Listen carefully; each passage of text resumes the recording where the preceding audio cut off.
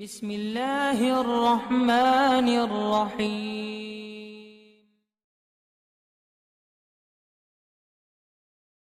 وعلیکم السلام۔ یہ بھائی کا ایک سوال آیا ہے۔ پچھلے دنوں میں نے ایک آڈیو جاری کی تھی، کسی سوال کا جواب دیا تھا۔ وہ سوال یہ تھا کہ داڑھی کٹے کے پیچھے نماز ہوتی یا نہیں ہوتی۔ تو اس کے جواب میں نے کہا تھا کہ داڑھی کٹے کی اپنی نماز بھی ادھوری ہوتی ہے، تو وہ امام تو بن نہیں سکتا ہے، فاسق۔ تو اس پر بڑا ہنگامہ مچا، یہاں تک کہ بعض اہل علم نے، یعنی مجھے افسوس ہوتا ہے کہ بعض مدارس کے فضلاء نے، حتیٰ کہ بعض مسند افتاء پر بیٹھنے والوں نے، جی ہاں بڑے افسوس کے ساتھ کہنا پڑ رہا ہے کہ مجھے کال کیا، واٹس ایپ کیا، لیکن کچھ مجبوریاں حائل تھی، اس بنا پر میں جواب نہیں دے سکا۔ بعض لوگوں نے کہا آپ ہمیں اس کا جزیہ دیجیے۔ تو ان سبھوں کے لیے خلاصہ عرض ہے کہ دیکھیے، نماز ایک ایسی عبادت ہے کہ جس کے لیے اللہ تعالیٰ نے اوقات بھی مقرر کیے ہیں، حالات اور کیفیات کے بارے میں بھی بتایا ہے کہ کپڑے پاک ہوں، جگہ پاک ہو، نماز کا وقت ہونا چاہیے، نمازی کا پاک ہونا چاہیے۔ اب کپڑا بھی پاک ہے، جگہ بھی پاک ہے، نماز کا وقت بھی ہے، لیکن خود نمازی پاک نہیں، تو کیا وہ نماز ہوگی؟ ہر کوئی کہے گا نہیں ہوگی۔ کیوں؟ نماز کی جو شرائط ہے اس میں سے ایک چیز کم پائی جا رہی ہے، تو اس کمی کو دور کرے اور نماز پڑھے۔ داڑھی رکھنا واجب ہے، اور جب تک فسق والا کام لگا رہے گا اس میں کمی آئے گی۔ میں نے یہ کہا تھا کہ اس شخص کی نماز واجب الاعادہ ہے، داڑھی کٹے کی نماز۔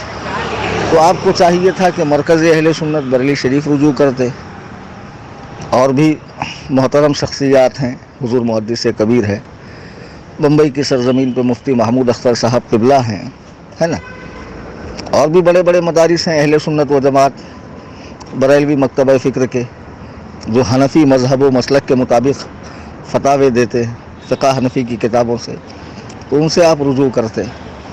داڑھی رکھنا یہ واجب ہے، اور کاٹنا کیا ہے، ایک مشت سے کم رکھنا۔ میں نے یہ نہیں کہا کہ بغیر داڑھی والے کی نماز نہیں ہوتی، بعض لوگوں کو داڑھی آتی نہیں ہے۔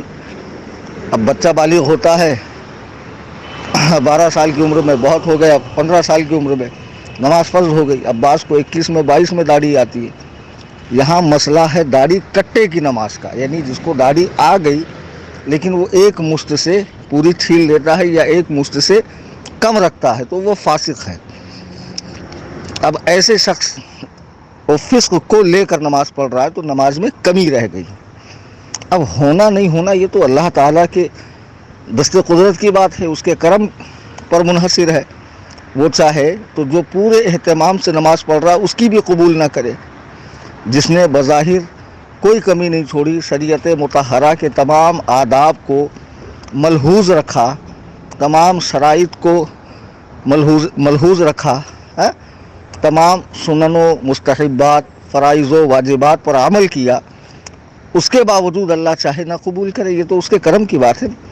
اور ایک شخص جس کی نماز میں کمی ہے، تو ہم تو فتوے کی زبان میں بولیں گے کہ بھئی اس کی نماز ہوئی یا نہیں ہوئی، یا کمی رہ گئی، یا واجب الاعادہ ہے، یا خلاف مسنون ہو گئی۔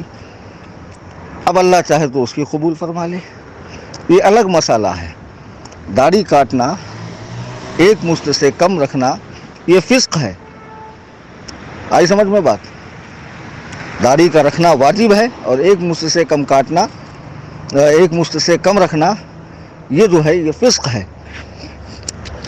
اب کوئی فسق کو لے کر نماز پڑھ رہا ہے، اب اس کو یوں سمجھیے کہ ایک شخص نماز کے لیے گیا، کپڑے بھی پاک ہے، جگہ بھی پاک ہے، بدن بھی پاک ہے، نماز کا وقت بھی ہے، تمام چیزیں ہیں، جیب میں اس کے پیشاب کی شیشی ہے، نماز ہوئی یا نہیں؟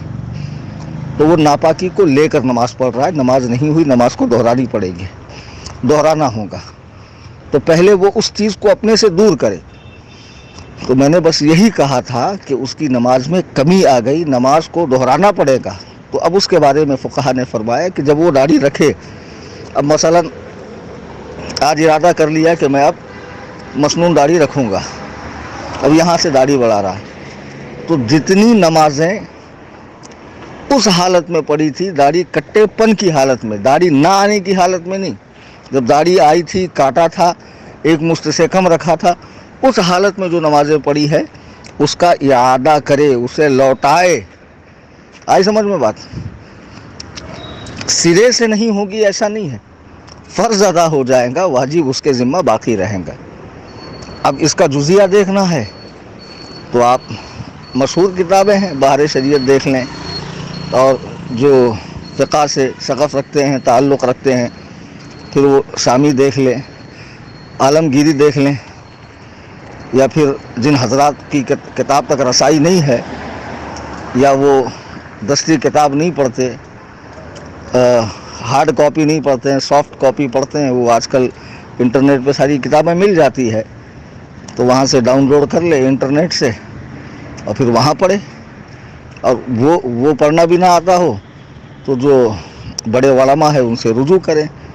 اگر میرا جواب غلط ہے تو پھر مجھے بتائیں کہ آپ کا جواب غلط ہے، کسی بڑے کا، کسی ٹچے مولوی کی بات نہیں کر رہا ہوں میں. اب تم کسی بھی راہ چلتے کا قول لے کر آؤ گے، ہاں، جسے میں جانتا ہی نہیں ہوں کہ وہ کس مشرق کا ہے کس مغرب کا ہے، اور مجھ سے کہوں کہ رجوع کرو، تو ایسے نہیں ہوتا. اللہ، کسی بڑے کا قول لے آؤ، پھر میں ان سے رجوع کروں گا، پھر جو میری معلومات ہے میں ان کے سامنے عرض کروں گا، میری اصلاح ہوگی، میں رجوع کروں گا، ورنہ مسئلہ تو وہی ہے جو میں نے بتایا. اللہ تعالی ہم سب کو سنت کے مطابق زندگی گزارنے کی توفیق عطا فرمائے، اور نماز کو اس کے جملہ شرائط، واجبات، فرائض، حتیٰ کہ مستحبات کا بھی لحاظ کرنے کی توفیق عطا فرمائے.